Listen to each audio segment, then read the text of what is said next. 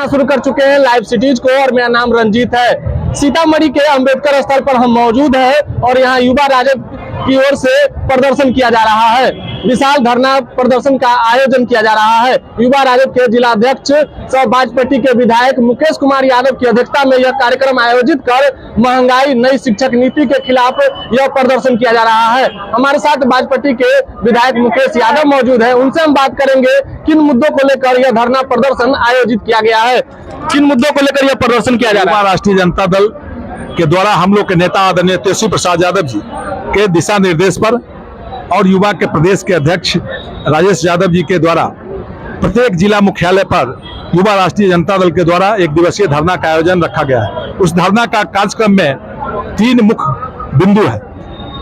देश में बढ़ती महंगाई के खिलाफ, केंद्र सरकार के द्वारा नई शिक्षा नीति लाई गई है उसके खिलाफ, और जातिगत जनगणना कराने के लिए और जातिगत जनगणना केंद्र सरकार के द्वारा नहीं कराई जा रही है उसके विरोध युवा राष्ट्रीय जनता दल के द्वारा यह धरना प्रदर्शन का एक दिवसीय धरना प्रदर्शन का आयोजन रखा गया है। हम सभी राष्ट्रीय जनता दल के लोग, खास करके युवा लोग, हम लोग के नेता आदरणीय तेजस्वी प्रसाद यादव जी के द्वारा जातिगत जनगणना कराने के लिए इसलिए मांग करते हैं कि राष्ट्रीय जनता दल का सोच है जो जिसकी जितनी संख्या हो, संख्या के हिसाब से उनकी भागीदारी मिलनी चाहिए। इसी के आधार पर जातिगत जनगणना के लिए हम लोग मांग कर रहे हैं, क्योंकि जातिगत जनगणना जब हो जाएगा तो जिनकी जितनी संख्या होगी, नौकरी में हो या राजनीतिक में हो, उनकी उतनी भागीदारी मिलनी चाहिए। दूसरा, नई शिक्षा नीति। नई शिक्षा नीति में जो केंद्र सरकार के द्वारा नई शिक्षा नीति लाई गई है, उस नई शिक्षा नीति में बहुत त्रुटियां हैं। जो पहले से कॉलेज है, उस कॉलेज में 1000 से कम विद्यार्थी अगर नामांकित है, उस कॉलेज को बंद करके दूसरे कॉलेज में टैग किया जाएगा। उससे हम लोग के समाज में जो खास करके दबे कुचले और जिनकी गार्जियन का आर्थिक स्थिति अच्छी नहीं है, उनका लड़का की पढ़ाई लिखाई से वंचित किया जाएगा नई शिक्षा नीति के अनुसार। तीसरा, बढ़ती हुई महंगाई। महंगाई आज चरम पर है। देश में जब यूपीए गठबंधन की सरकार थी उस समय डीजल का कीमत 65 रुपये था। आज एनडीए के सरकार में, भाजपा के सरकार में डीजल का कीमत 94 रुपये है। यूपीए गठबंधन की सरकार में पेट्रोल की कीमत 67 रुपये था। आज पेट्रोल की कीमत 106 से 108 रुपये है। यूपीए गठबंधन की सरकार में गैस सिलेंडर 300 रुपये प्रत्येक सिलेंडर मिलता था। आज सिलेंडर की कीमत 1200 प्रति सिलेंडर है। उस समय बालू प्रत्येक सीएफटी 2000 रुपये प्रत्येक सीएफटी मिलती थी। आज बालू का कीमत 5 से 7000 प्रत्येक सीएफटी है। उस समय जो यूपीए गठबंधन की सरकार में मोटरसाइकिल 50,000 में जो मोटरसाइकिल की कीमत थी, आज उस मोटरसाइकिल की कीमत 1 लाख से 1.5 लाख में हो चुकी है। सभी चीजों में, खाद्य सामग्री हो, खाद्य हो, सभी चीजों में बृहद पैमाने पर महंगाई बढ़ती जा रही है। इसलिए आम आवाम तबाह है। इसलिए युवा राष्ट्रीय जनता दल महंगाई, जातिगत जनगणना, नई शिक्षा नीति और केंद्र सरकार के द्वारा जो रोजगार की बात कही थी, 2 करोड़ प्रत्येक वर्ष रोजगार की बात कही थी, आज 9 वर्ष हो गया है। 9 दूना 18 करोड़ रोजगार देना चाहिए, उस पर विफल है। उनके द्वारा घोषणा पत्र में था जो मेरी सरकार बनेगी तो प्रत्येक नागरिक के खाते में 15 लाख रुपया देने का काम करेंगे, वो भी ढकोसला था। और किसानों के आय दुगुनी करेंगे, सब उनका वादा फेल है। इसलिए युवा राष्ट्रीय जनता दल के द्वारा प्रत्येक जिला मुख्यालय पर धरना का आयोजन रखा गया है। जब तक महंगाई, नई शिक्षा नीति और जातिगत जनगणना और रोजगार की बात सरकार नहीं करती है, तब तक युवा राष्ट्रीय जनता दल सड़क से लेकर सदन तक लड़ने का काम करेगा। महंगाई की बात कर रहे हैं, महंगाई बिहार में आपकी सरकार है, महंगाई को लेकर बिहार सरकार का क्या स्टैंड है? बिहार सरकार, महंगाई पर केंद्र सरकार की जिम्मेवारी होती है। महंगाई पर पूरे केंद्र में एक कंट्रोलिंग होती है और केंद्र सरकार की जिम्मेवारी है। बिहार सरकार महंगाई पर नहीं रोक सकती है। पेट्रोलियम पदार्थ हो या और खनिज पदार्थ हो, उस पर केंद्र सरकार को रोक लगानी चाहिए। तो ये थे हमारे साथ बाजपट्टी के विधायक और युवा राजद के जिलाध्यक्ष मुकेश कुमार यादव। उन्होंने महंगाई समेत अन्य मामलों को लेकर सीधा केंद्र सरकार पर जमकर हमला बोला है। यहाँ पर युवा राजद के अन्य कार्यकर्ता भी मौजूद हैं, उनसे भी हम बात करेंगे। हमारे साथ महिला नेत्री मौजूद हैं, उनसे हम बात करेंगे कि किन मामलों को लेकर यह प्रदर्शन किया जा रहा है, किन मामलों को लेकर प्रदर्शन किया जा रहा है। महंगाई भ्रष्टाचार चरम सीमा पे है, इसलिए इस कार्यक्रम किया जा रहा है। क्योंकि केंद्र में जो बैठे हुए सरकार निकम्मा की सरकार है।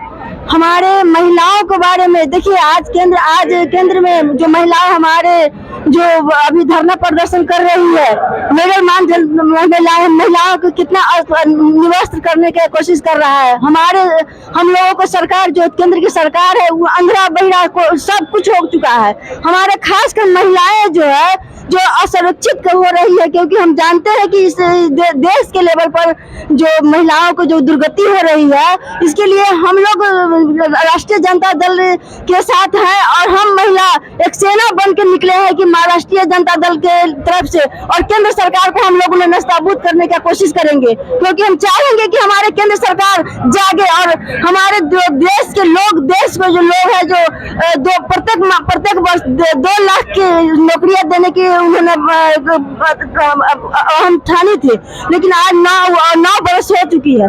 9 दिन में 18 लाख लोगों को इसमें बहाली होती है। हमारे महिलाएं बहुत दुख भोग रही है, क्योंकि हमारे महिलाएं पुरुष जब तक धूप में तपेंगे नहीं तब तक महिलाओं को चूल्हा फूकेगा नहीं।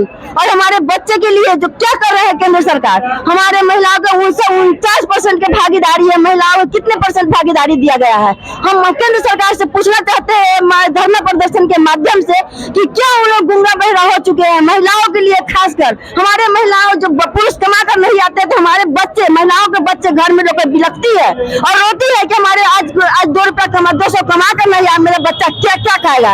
यह नीति है, यह RS का नीति है। केंद्र में जब हमारे आदरणीय लालू प्रसाद यादव जी ने जो रथ रोकने का जो कोशिश किए थे, उस समय में वो बिल्कुल फूका था केंद्र की सरकार जो RSS के लोगों ने, कि सारे संत साधु को कहने का कोशिश किया कि तुम जाओ हर देश में जाओ, हर राज्य में जाओ और पैसा वसूल कर लाओ, और इसलिए रामलला की मूर्ति बनेगी। क्या उस समय में रामलला की जी की मूर्ति बना? क्या आज लोग कहते हैं श्री राम कहो, श्री राम कहो, हमारी सीता कहाँ गई? हमारे जब पहले सीता आती है तब राम आते हैं, और हमारे सीता राम के विरुद्ध उन्होंने, महिला के विरुद्ध उन्होंने हम लोगों को छेड़ा है। इसलिए हम महिला आक्रोशित है और राष्ट्रीय जनता दल के साथ हम महिला सेना तैयार है। इस बार 2024 के चुनाव में उनको नस्ताबूद करने का हमारे महिला सेना ने काम करेगी, और हमारे राष्ट्रीय जनता दल को उन्होंने हर तरह से हमारे महिला अपने जिला में देखिए, हम हर पंचायत से लेकर और प्रखंड से लेकर पंचायत से लेकर बूथ कमेटी तक महिलाओं को बनाने का काम किया, और हर जगह जाते हैं और कहते हैं कि यह गरीबों की सरकार नहीं है, ये पूंजीपति की सरकार है। हमारी सरकार को नस्ताबूद करना है तो आप हर गांव में जाइए, हर चूल्हा को देखिए, ये चूल्हा में आग लगा, आज फूका कि आज सिलेंडर। आज हमारे महिलाओं, हमारे देश की महिलाओं मिट्टी के चूल्हा लेकर उतरी है, क्यों केंद्र में उतरी है? क्यों? क्योंकि हम बहुत दिक्कत में है कि हमारे पुरुष 10 रुपया कमाते नहीं है, 1200 का सिलेंडर कैसे किनेगा? इसलिए मिट्टी के चूल्हा लेकर उसने माथा पर लेकर मुंह फूका है। हमारे जो नेता थे, जो सोनिया गांधी के नेतृत्व में जो चल रहा था, मनमोहन की सरकार थी, उस समय में पैरों पर हम लोगों को देश को चलाने का काम करता था, और आज क्या है? आज कुछ नहीं है।